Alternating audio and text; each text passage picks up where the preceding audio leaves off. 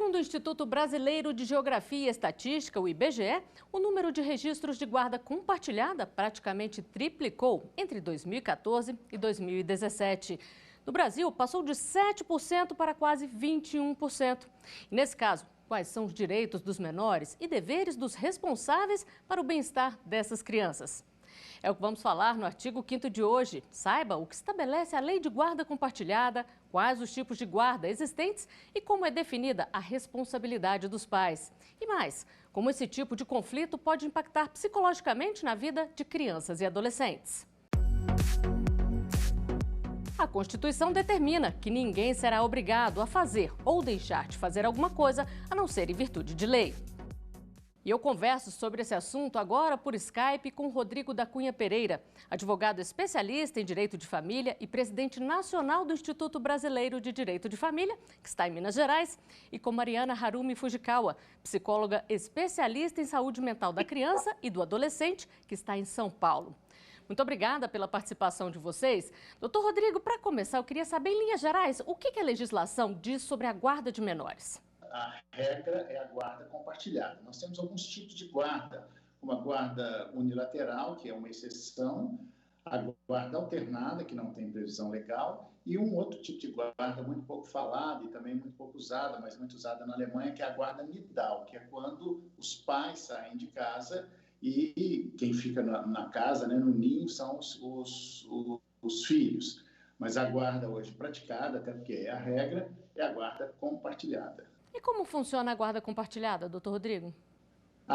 Bom, a guarda compartilhada como o próprio nome diz, é o compartilhamento do cotidiano, do cotidiano e da rotina dos filhos. Né? Não tem cada casal, cada ex-casal, os pais estabelecem essa rotina de acordo com a conveniência ali das crianças, dos filhos. Né?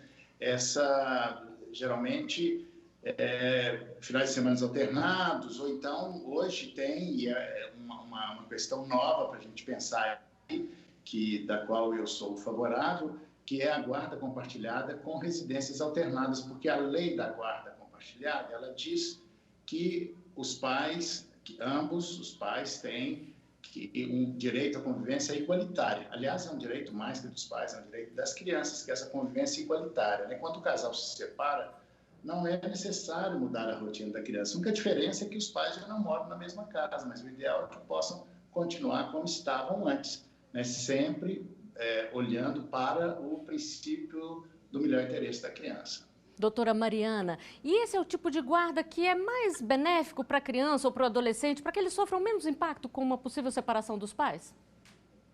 Sim, nós percebemos que na maioria dos casos, essa é a guarda que deve ser aplicada, que protege o direito da criança, ela não sofre o afastamento e a privação do convívio ou com a figura materna ou paterna, né? E nós sabemos que a criança precisa desse espelho, a criança precisa desse convívio, dessa orientação, tanto do pai quanto da mãe. É um direito mais do que dos pais, é um direito da criança. Então, nós percebemos que, sim, essa é uma guarda que tem favorecido muito, por isso tem crescido, né, significativamente. Pois é, e quando os pais se entendem, crianças e adolescentes saem ganhando. E quais são os prejuízos psicológicos aí quando os pais entram em muito conflito, doutora Mariana? Então, nós percebemos que não é a separação que vai trazer uma grande quantidade de sintomas para as crianças, é a imensidão dos conflitos. Às vezes, as famílias precisam mesmo ser reestruturadas. Né? Se um casal chega num momento em que eles brigam muito na frente das crianças, a gente percebe que as crianças começam a ter um impacto. Né? Se essa separação é necessária, é importante que isso seja organizado de uma maneira que as crianças não sofram tantos impactos, né? Que seja conversado, o diálogo é sempre, né? A boa e velha conversa ainda é a melhor coisa a se fazer, chamar as crianças para conversar. Quando, né, nós percebemos que os conflitos continuam, que os pais não se acertam em relação à guarda, as crianças podem ter vários sintomas, desde depressão, insônia, vários tipos de ansiedade, né? Então, a fim de proteger o direito da criança, a saúde mental da criança, a gente orienta que os pais se organizem da melhor maneira possível, considerando a saúde mental dos filhos. Reforçando o que a doutora Mariana disse, assim, filhos de pais separados não são infelizes. Infelizes são filhos de pais que brigam, né? Que estão, ou brigam, ou que estão infelizes, né? É o ressentimento trazido, que está relacionado à relação amorosa projetada nos filhos, é que vira um grande sintoma familiar, né? E que reflete na sociedade. E falando em guarda compartilhada, eu convido vocês a assistirem a um vídeo sobre o tema. A guarda compartilhada inicialmente foi apresentada pela imprensa como sendo uma panaceia universal, a solução de todos os problemas para os conflitos entre os pais separados. A Lei 13.058 definiu o termo guarda compartilhada, que é o sistema pelo qual a criança ou adolescente deve ter o tempo de convívio dividido de forma equilibrada entre o pai e a mãe. Diz a lei que ela é impositiva, salvo se um dos genitores não apresentar condições para o exercício da guarda. Em verdade, a jurisprudência não tem decidido exatamente nessa linha, tá?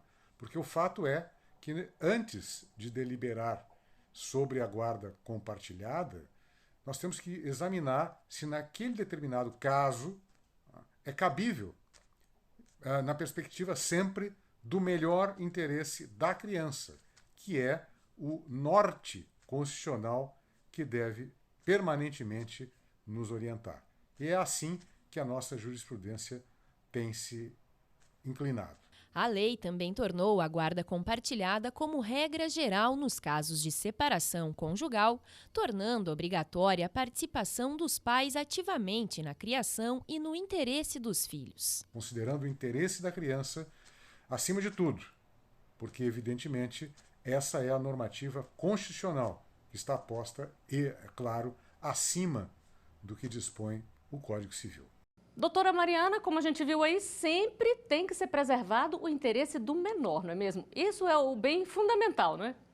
Toda a avaliação desse menor, tudo que ele puder trazer, essa criança deve ser ouvida, né? Eu penso e oriento sempre isso para as famílias, vamos ouvir as crianças, né? Elas querem ter esse convívio, elas querem esse contato. O que acontece muitas vezes é a influência de um dos pais ressentidos, como eu falei aqui, né? Então, como é importante que cada um esteja bem resolvido, que os pais entendam que a briga, né, que quem se separa é o pai e a mãe. O filho não deve se separar de nenhuma das figuras, de nenhuma das imagens aí, materna ou paterna, e deve ser considerado o direito dessa criança de convívio com os dois. O que acaba não é a família, mas o casamento, ou seja, é a conjugalidade. E o direito já distinguiu, desde a década de 1990, parentalidade de conjugalidade. Isso foi uma grande evolução no pensamento jurídico, para pensar que foi a partir daí, inclusive, que se pôde entender que a mulher pode não ser uma boa mãe, o marido pode não ser um bom marido, mas pode ser um bom pai, uma boa mãe. Então, conjugalidade e parentalidade são coisas diferentes, né? E elas podem caminhar juntas, né? E ajuda muito nessa questão, né, doutor Rodrigo, de incentivar aí o convívio com um e com o outro, manter o vínculo, ter a questão da guarda compartilhada, não é? Sim, exatamente. E quando tem essa guarda compartilhada, o que se coloca tem uma certa resistência. Na verdade, nós estamos num momento histórico ainda de evolução, de implementação, de implantação da cultura da guarda compartilhada. Ela não foi totalmente implementada no Brasil, tanto é que numa audiência as mulheres dizem: eu deixo. Na guarda compartilhada não tem que deixar, né? Ambos têm os mesmos direitos, mas dentro dessa cultura patriarcal que felizmente está mudando e ainda tem uma luta a ser feita aí pela frente, pela igualdade parental. Pois é, doutora Mariana, e qual é o conselho aí para os pais? Porque a gente está falando sempre do interesse do menor, qual é o conselho para o pai, para a mãe que se separou ali, lidar com essa questão da guarda compartilhada? Porque eles vão ter que entrar em acordo para tomar decisões, para cuidar do filho ali. Sim, é importante levarmos a reflexão de que a família é o vaso protetor do desenvolvimento da infância, né? É ali onde vai ser formada a moral, a ética e todo o comportamento que vai refletir na sociedade, como eu disse aqui, né? Esses pais querem filhos de que jeito? Né? Filhos felizes, filhos éticos, empáticos, com amor ao próximo. Então, o que eles precisam demonstrar para esses filhos no momento da separação é exatamente esse comportamento. As crianças seguem na imitação, né? Então, quando um pai consegue voltar para si mesmo e pensar o que ele quer para o filho dele, ele deve pensar que é esse o comportamento, é essa ação e é esse o movimento que ele tem que ter em direção ao ex-cônjuge, né? Em relação ao tratamento dos filhos, o respeito, né? Ouvir, saber se comportar, que é isso que a gente deixa para a humanidade, é isso que a gente entrega para o mundo, são os nossos filhos. Pois é, a regra é que a guarda compartilhada é obrigatória. Mas existem alguns casos que isso muda. Por quê, doutor Rodrigo? Sim, tem algumas exceções. Há algumas situações em que o pai não quer, um dos dois não quer compartilhar o cotidiano, né, dos filhos, não quer compartilhar, ou porque uma das partes não tem mesmo condições, não é responsável o suficiente para isso, ou algumas situações não tanto de morar longe, porque hoje com os recursos tecnológicos que nós temos à disposição de todos, a guarda compartilhada pode ser em países diferentes. Eu tenho clientes cujo pai faz as tarefas escolares com o filho todos os dias, em um país diferente. Quer dizer, a tecnologia nos permite isso, né, Mariana? Não sei se você pensa assim também. Sim, e duas cabeças pensam melhor que uma, né? Como é importante poder dividir as opiniões, fazer escolhas juntas. Eu penso que até o peso para o pai e para a mãe é menor, essa responsabilidade dividida, ela é essencial para a saúde mental da criança. E a nossa produção recebeu uma dúvida muito comum nesses tipos de caso. Vamos ver. Como fica a pensão alimentícia nos casos de guarda compartilhada? Doutor Rodrigo, explica pra gente aí, porque todo mundo tem essa dúvida. A lei de alimentos, né, e o Código Civil dizem a obrigação de alimentar os filhos é de ambas as partes, na proporção dos seus ganhos. Então, a despesa do filho, ela continuará sendo paga por ambas as partes, na proporção dos seus ganhos, ou quem não tem, o outro vai pagar. Então, pode ter uma pequena variação em razão do aumento, pelo fato da criança ter duas casas. E o ideal é que tenha duas casas. E esse é outro tipo de briga que deve ser evitado, né, doutora Mariana? Para o filho não sentir que ele é um peso ali para os pais, né? Porque é a educação dele, muitas vezes o sustento, e tem que ser feito pelos responsáveis, né? Desde que os pais tratem isso com amor, com respeito, realmente organizando para essa criança um espaço em cada uma dessas casas, isso vai ser muito mais fácil, isso vai ser muito sutil, né? Ela ter duas casas, ela sai um dia da escola, vai para uma, sai, né, na semana seguinte vai para outra. Bom, nós vamos fazer uma rápida pausa aqui no nosso bate-papo e vamos a um breve intervalo. Daqui a pouco a gente volta. Rapidinho.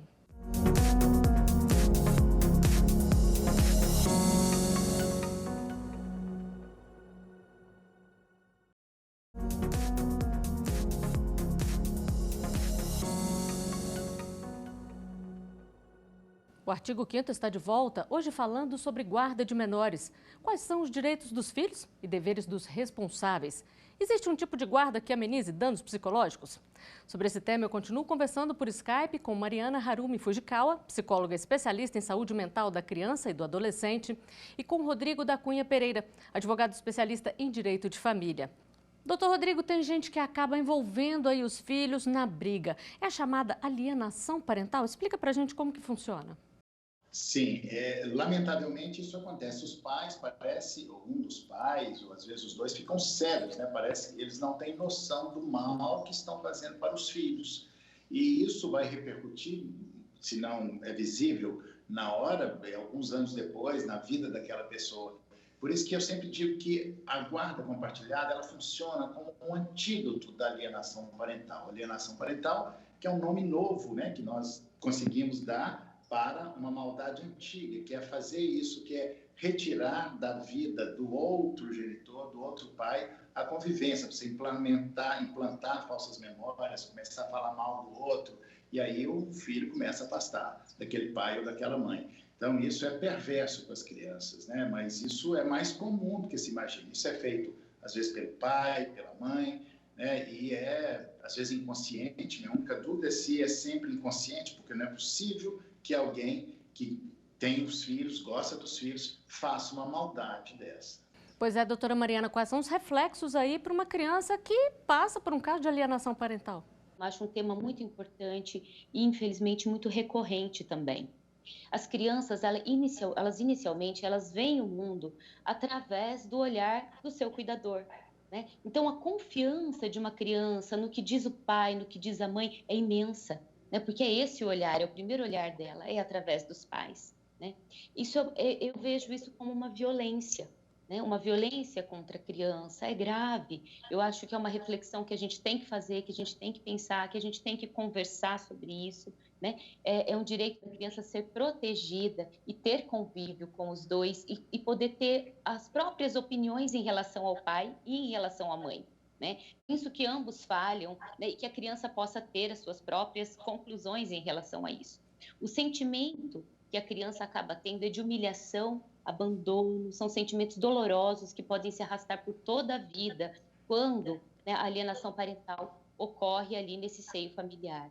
Então, a gente tem sempre que auxiliar. Eu penso que esses pais estão também dolorosos, sabe? São pais assim que estão feridos, que vêm de uma relação muito machucada, né? E que precisam, na maior parte das vezes, de ajuda, de auxílio, para que consigam separar seus ressentimentos e suas mágoas do tratamento da criança. Essa criança precisa ser preservada, pois os sintomas e os sinais que vão vir aí por toda a vida dela, né, pode se arrastar aí até a vida adulta, a velhice, né, são bem graves.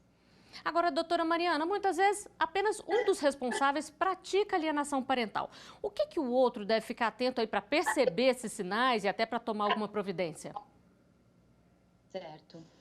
Um dos sinais é o distanciamento da criança, o receio, o medo. Às vezes a criança se aproxima, né, quando chega da casa de um dos genitores, chega com um olhar assustado, com um comportamento diferente.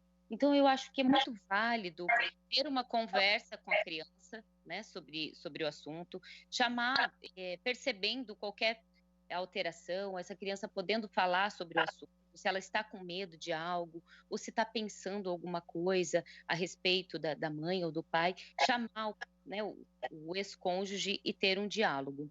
É sempre importante deixar as portas do diálogo com a criança aberta, né? Então, tanto o pai quanto a mãe falam, olha, tudo que você quiser, venha me perguntar, né? Eu estou disponível, tudo que você quiser falar, não vai ter briga, né? Nós podemos conversar abertamente. E essa é a maior prevenção. Doutor Rodrigo, e o que a lei diz nesses casos? Quem pratica alienação parental pode ser punido? A lei da alienação parental estabelece várias punições. E ela define que o responsável, quem pratica alienação parental, ele pode, inclusive, perder não só a guarda, mas o poder familiar, né? Isso que seria a punição máxima.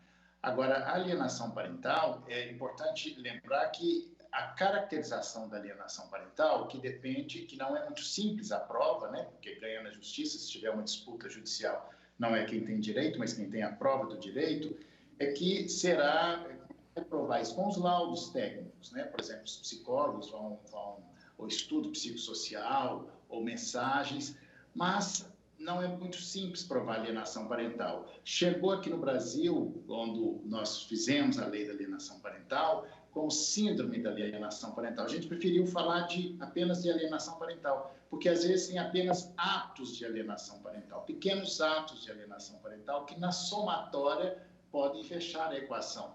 Ali tem uma alienação parental. Mas nem sempre tem alienação parental, mas atos de alienação parental que são indicativos que poderá dar alienação parental, que numa escala mais avançada pode chegar até mesmo a ter uma síndrome, né? Que síndrome é uma categoria médica que aí já entra numa outra escala bastante mais avançada, né?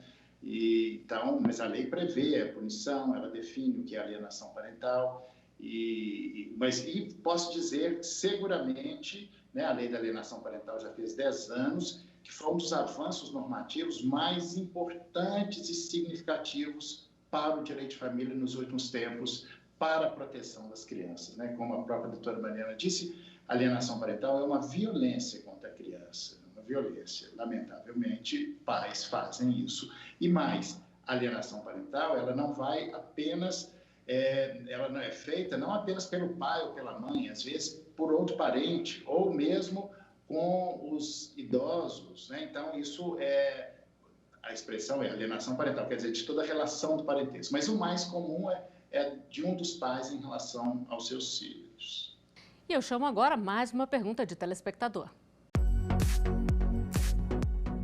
Nos processos de guarda, É comum fazer alguma avaliação psicológica para definição da guarda? Como é feita essa avaliação? Doutor Rodrigo, acontece essa avaliação ou só em casos específicos ela pode ser pedida? Acontece. Uma das grandes evoluções que nós tivemos no direito de família nos últimos, talvez, 20 anos, né, foi a entrada de psicólogos para dar esse suporte para que os juízes possam julgar, decidir. E muitas vezes esses estudos psicossociais, que principalmente dos estudos psicológicos, né, nos processos judiciais, eles dão um bom suporte para os juízes. Se não fosse, isso revolucionou o direito de família, se não fosse a psicologia, a entrada da psicologia, né, do conhecimento psi, né, para dar esse suporte ao juiz, provavelmente nós nem teríamos avançado tanto no direito de família. Está aí a doutora Mariana, que pode falar disso melhor do que eu, né, doutora Mariana? Pois é, doutora Mariana, eu quero saber então como é que é feita essa avaliação. A avaliação é feita utilizando algumas testagens, a avaliação é uma coletagem verbal e não verbal, né, através também de outros tipos de expressões que a criança e o adolescente possam trazer para a gente. É um procedimento que exige muito profissionalismo, muita ética, muita imparcialidade, né, e muito cuidado, pensando-se que você tem que favorecer o bem-estar desse indivíduo, dessa criança. Essa avaliação, ela visa chegar em pontos, né, a poder esclarecer pontos para auxiliar nas decisões, né? Não é um todo, não é só isso que vai contribuir para o olhar, mas eu vejo que isso é uma grande contribuição e significativa, e que a psicologia pode mesmo trazer esse auxílio, essa orientação e esse respaldo aí para essas questões dos litígios. E complementando, né, o grande desafio do direito e de um processo judicial é exatamente pegar toda essa confusão da subjetividade e transformá-la em objetividade, né? Que é isso que a psicologia vem ajudar a fazer, assim, tentar, embora a psicologia e psicanálise, né, em geral, que trabalha com a subjetividade, às vezes até buscando elementos do inconsciente, ela vem, embora trabalhe com a subjetividade, o desafio é tentar transformar isso em objetividade para dar o suporte ao juiz para decidir. E as crianças também são ouvidas, doutora Mariana? Sim, atualmente as crianças também são ouvidas. E elas podem influenciar na decisão, doutora Mariana? Olha, eu penso que cada caso deve ser analisado com muito cuidado e numa observância familiar mesmo, de quem é esse pai, de quem é essa mãe, né? O que está acontecendo com essa criança, qual é a queixa. E a criança, sim, ela vai ser ouvida, ela vai se expressar das mais diversas formas, e o que ela diz tem muito valor, né? Mas, às vezes, a gente tem que ter só esse cuidado também com relação a isso que nós falamos sobre alienação parental, né? Se essa criança não está imersa, né, em uma opinião, em uma visão que foi implantada nela, e como nós falamos aqui, às vezes não só pelo pai ou pela mãe, mas por outros da parentalidade também, né? Mas aí a psicologia vai fazer toda essa testagem, vai ter todo esse cuidado, vai ouvir outras pessoas que sejam necessárias, e o que é imprescindível é o bem-estar dessa criança, né? O valor na qualidade de vida dela. Complementando, que tem um mito, né? A partir de 12 anos a criança é que decide. Não é isso, como bem pontuou a doutora Mariana. A opinião da criança e do adolescente, e a partir de 12 anos é adolescente, né, segundo o Estatuto da Criança e do Adolescente, já será considerada, não que vá determinar. Em direito de família, cada caso é um caso, mas, inclusive, a psicologia e a psicanálise têm métodos para ouvir essa criança que não é essa maneira grosseira de perguntar. Você quer ficar com o pai, ficar com a mãe? Que isso é também uma violência contra a criança, né? Mas a partir de uma certa idade, que não é rigidamente 12 anos, mas a partir do momento que ela tem alguma autonomia, alguma compreensão, a opinião dela já será considerada, né? E a nossa produção recebeu mais uma pergunta, vamos ver? Como a guarda é definida em caso de menores portadores de necessidades especiais? Doutor Rodrigo, tem alguma diferença? Não há diferença. É claro que quem tem necessidades especiais, exige cuidados especiais, um tempo maior, né? E é mais difícil de criar, porque depende de um tempo maior, uma disponibilidade maior. Mas do ponto de vista jurídico, não. Ou seja, ambos os pais são responsáveis. O que acontece nesse sistema patriarcal é que os homens sempre encostaram nas mulheres para criar filho, né? A história da guarda compartilhada é bom porque vai mudando, quebrando esses paradigmas, esses dogmas, né? Mas do ponto de vista jurídico, não, nada, nenhuma diferença, né? A criança ela precisa do convívio com ambos os pais. E quanto maior a necessidade da criança ou adolescente, maior a importância do pai e da mãe participarem juntos ali, não é, doutora Mariana? Em algumas situações é necessário fazer algumas adaptações, né? Se a gente for pensar nas crianças com transtorno de espectro autista e que talvez essa criança tenha um sofrimento com muita mudança, que esses pais dialoguem e visem em conjunto a redução do sofrimento da criança. Isso é que é importante em qualquer situação, não só nas situações de crianças especiais, né? Se uma criança um dia pede para o pai, eu quero ficar mais um dia com a mãe, se pede para a mãe, eu quero ficar mais um dia com o pai, que isso seja considerado com afeto, com carinho, com respeito, que é esse o grande valor da família. Bom, com essas dicas de vocês tão importantes, a gente chega ao final do artigo 5º de hoje. Doutora Mariana, doutor Rodrigo, muitíssimo obrigada pela participação de vocês aqui conosco. Eu agradeço também a sua companhia. Você pode rever os nossos programas no site da TV Justiça ou acompanhar o nosso canal no YouTube. Até o próximo artigo 5º. Tchau!